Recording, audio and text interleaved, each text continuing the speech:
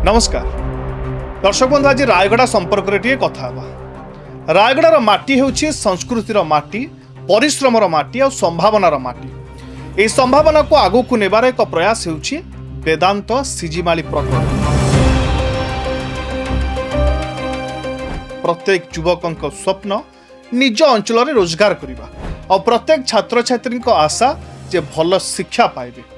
प्रत्येक परिवार इच्छा उन्नत मानर जीवन बा लाइफस्टाइल जहाँ कहुए और यार वास्तवता वेदांत प्रकल्प सहित जड़ित होछि। यही प्रकल्प ही सिजिमाली और यार आखपाख अंचल कायाकल्प बदलाइब और विकास नुआ अध्याय लिखिब।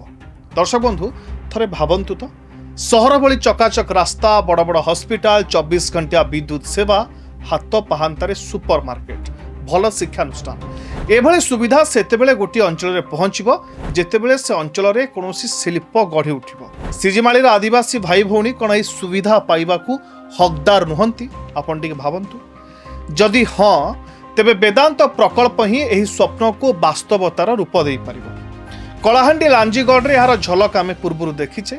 वेदांत कंपनी आरंभ हेबा परे लोकंक जीवन शैली रे बड़ परिवर्तन आसीछि।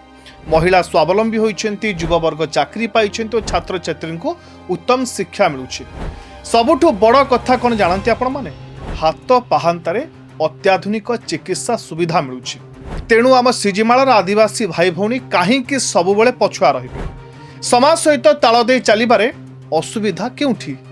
गोटी अंचलर विकास सेतेबेले सार्थक हुए जेतेबेले लोकंक कथा सुना जाए, सेमानक आवश्यकता को बुझा जाए एवं समस्त को सांगरे नहीं आग को बढ़ा जाए। और वेदांत भी सही नीति विश्वास करे। वेदांतर विश्वास सुजोग मिलिले स्थानीय युवा शक्ति ही अंचलर विकास सबुठारु बड़ शक्ति होई परिबे। तेणु वेदांत को स्वागत करी विकास पथरे आग को बढ़िबा बुद्धिमानर काम, जहा द्वारा परवर्ती पीढ़ी रोजगार पाई दादन खटिबा को आ बाहर को जिबेनी। धन्यवाद।